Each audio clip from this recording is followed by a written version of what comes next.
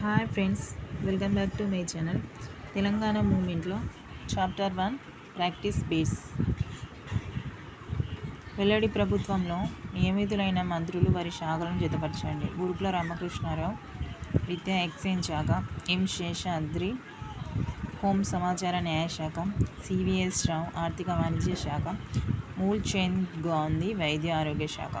1948 సంవత్సరంలో ఐక్యరాజ్య సమితి సెక్యూరిటీ కౌన్సిల్ నిజాం దాఖలు చేసిన హైదరాబాద్ ఫిర్యాదును బలపరిచిన పాకిస్తాన్ విదేశాంగ శాఖ మంత్రి ఎవరు?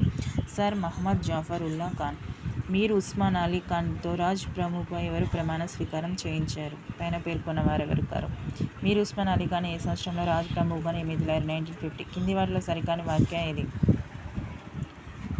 పోలీస్ చర్య తర్వాత కాసిం రిజ్వీ గృహ నిర్బంధం నుంచి తప్పించుకొని పాకిస్తాన్కు పారిపోయాడు. కింద పేర్కొన్న వారిలో కామ్రేడ్స్ అసోసియేషన్లో సభ్యులు కానిది ఎవరు? రవి నారాయణ రెడ్డి. ఆర్కుల రామచంద్రారెడ్డిపై పోలీసులు పెట్టిన పాలకుర్తి కేసులో ఆయన తరపున వాదించిన న్యాయవాది ఎవరు? కొండా లక్ష్మణ్ బాపూజీ. హైదరాబాద్ సంస్థానంలో వెల్లడి 1949 డిసెంబర్ 1న ఏ హోదాలో నియమితులయ్యారు? ప్రధానమంత్రి. పాలకుర్తి ఎస్పీ విచారణ సందర్భంగా ఐలమ్మ కుటుంబానికి కార్యకర్తలు ధైర్యం చెప్పడానికి కమ్యూనిస్టు పార్టీ క్రింది వారిలో ఏ ప్రముఖుడిని పంపించింది? దేవులపల్లి వెంకటేశ్వరరావు.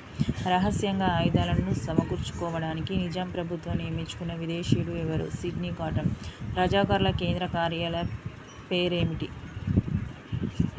దారుస్సలాం.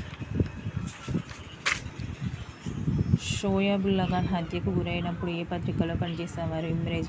రజాకార్ల నేతగా వ్యవహరించడానికి ముందు కాసిం రిజ్వీ ఏ వృత్తిలో ఉన్నాడు? న్యాయవాది. కింద పేర్కొన్న వారిలో రిప్రెస్డ్ క్లాసెస్ అసోసియేషన్ నాయకుడు ఎవరు? బిఎస్ వెంకట్రావు. కాసిం రిజ్వీ ఒత్తిడితో రాజీనామా చేసిన హైదరాబాద్ సంస్థాన్ నివాస్ ఎవరు? చెత్తారి నవాబ్. కింది వాటిలో సరికాని వాక్య ఏది? ఒక వ్యక్తి జన్మించే నాటికి అతని తండ్రి హైదరాబాద్ ప్రభుత్వంలో 12 ఏళ్ల సర్వీస్ పూర్తి చేసుకొని ఉంటే అతడిని ముల్కీగా పరిగణిస్తారు. Chapter 2 practice bits.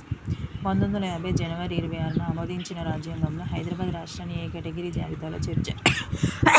B category. భారత రాజ్యాంగం ఆమోదించకముందు మీర్ ఉస్మాన్ అలీ ఖాన్ ఏ హోదాలో కొనసాగించారు? రాజు. ఈ క్రింది వాక్యాల్లో సరికానిది ఏది? 1950 హైదరాబాద్ రాష్ట్రంలో 1952 తొలిసారి పౌర ప్రభుత్వ ఎన్నికల ద్వారా ఏర్పడింది.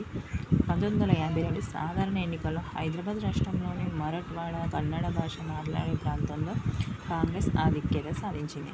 హైదరాబాద్ రాష్ట్రం ఏర్పడిన తర్వాత జరిగిన తొలి శాసనసభ ఎన్నికల్లో నల్గొండ, వరంగల్ జిల్లాలో కమ్యూనిస్టు పార్టీ కూటమికి ఆధిక్యత లభించింది.